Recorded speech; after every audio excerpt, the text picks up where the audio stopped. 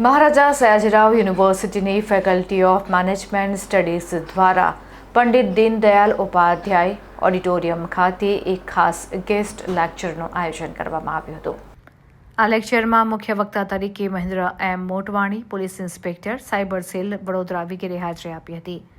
લેક્ચરનો મુખ્ય હેતુ વિદ્યાર્થીઓને સાયબર ક્રાઇમ શું છે, તે કેવી રીતે થાય છે, તેનો આપણા જીવન પર શું પ્રભાવ પડે છે અને તેમાંથી કેવી રીતે બચી શકાય તે અંગે જાગૃતિ ફેલાવવાનો છે. આજના ડિજિટલ યુગમાં મોબાઈલ, સોશિયલ મીડિયા અને ઓનલાઈન લેવડ દેવડ વધતા સાયબર ક્રાઇમ ઝડપથી વધી રહ્યા છે. આવા ગુનાઓથી સુરક્ષિત રહેવા માટે આ લેક્ચર ઉપયોગી સાબિત થશે.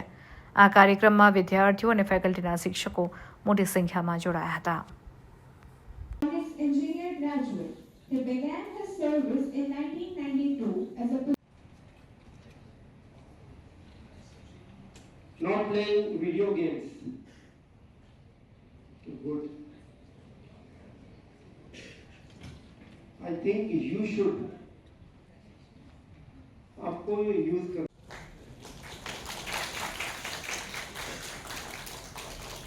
He was transferred to Vadodara, where he led the IT department until 2018.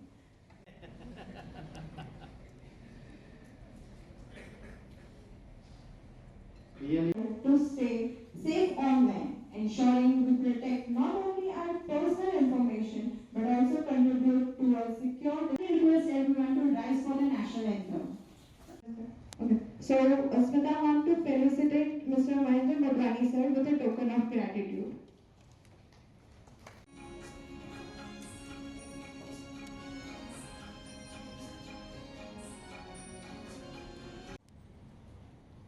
तब आपको ये टेक्नोलॉजी, ये प्लेटफॉर्म.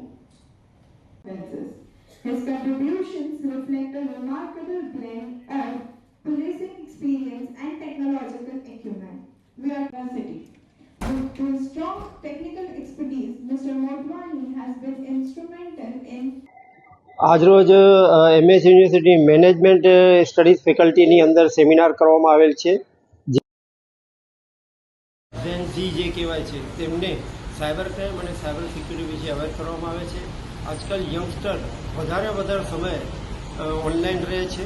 ફિઝિકલ વર્લ્ડ કરતાં વર્ચ્યુઅલ વર્લ્ડમાં એ વધારે રહે છે. તમામ કામ ઓનલાઈન કરી રહ્યા છે, તમામ પેમેન્ટ્સ ઓનલાઈન કરી રહ્યા છે, તમામ ઇન્ફોર્મેશન જે ગેધર કરી રહ્યા છે એ પણ ઓનલાઈન કરી રહ્યા છે. એક કામગીરી એમની ઓનલાઈન થઈ રહી છે.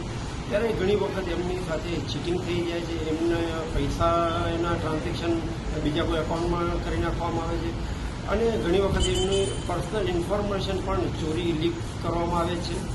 જે એમની સાથે આવું ક્રાઇમ ન બને એટલે આજે એ લોકોને આપણે સાયબર ક્રાઇમ વડોદરા સિટી તરફથી, વડોદરા શહેર પોલીસ તરફથી સેમિનાર યોજીને અવેર કરવામાં આવેલ છે. એમનું પાસવર્ડ સ્ટ્રોંગ રાખવા માટે સૂચવવામાં આવ્યું છે. 2 ફેક્ટર ઓથેન્ટિકેશન એમને ઓન કરવા માટે કહેવામાં આવ્યું છે.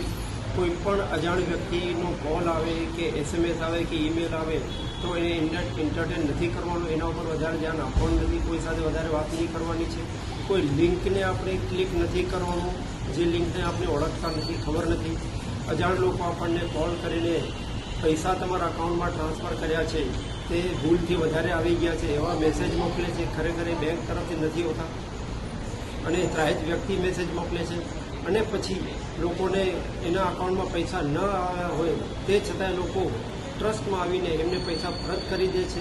તો હવે નાની બાબતો વિશે એમને આજે સમજાવવામાં આવેલ છે અને એમને સિક્યોર કરવા માટે શું કરવાનું છે. અમુક સેટિંગ ફોનની અંદર વોટ્સઅપના સેટિંગ એમને સમજાવવામાં આવ્યા છે, ઇન્સ્ટાગ્રામના સેટિંગ સમજાવવામાં આવે. જ્યારે એ બ્રાઉઝર ઉપર કોઈ વેબસાઇટ ઓપન કરે છે તો બ્રાઉઝરની સિક્યુરિટી શું રાખવાની, ઈમેલ બોક્સની અંદર શું સિક્યુરિટી રાખવાની, એ તમામ પ્રકારની એ લોકોને જાણકારી આપવામાં આવેલ છે, જેની આજે આપણે સેમિનાર ગોઠવીને તમામને જાણકારી આપેલ છે. આજે ફેકલ્ટી ઓફ મેનેજમેન્ટ સ્ટડીઝ ખાતે અમે લોકો સાયબર ક્રાઇમ અવેરનેસ પ્રોગ્રામના ઉપર એક સરસ પ્રોગ્રામ રાખ્યું છે અમારા સ્ટુડન્ટ્સ અને ફેકલ્ટી મેમ્બર્સ માટે. અને અમારા જે ગેસ્ટ તરીકે જે આજે આવ્યા છે એ પીઆઈ મોટવાની સાહેબ છે, જે સાયબર સેલમાં કાર્યરત છે અને આખા એમએસ યુનિવર્સિટીમાં એમના ઘણા બધા પ્રોગ્રામ થયા છે. અને આજકાલ જે જરૂરિયાત છે સાયબર ક્રાઇમ વિશે અવેરનેસ લાવવાની, એના માટે અમે લોકો આ પ્રયત્ન કર્યા છે કે અમારા સ્ટુડન્ટ એનાથી જાગૃત થાય અને સાયબર ક્રાઇમથી બચી શકે. Thank you.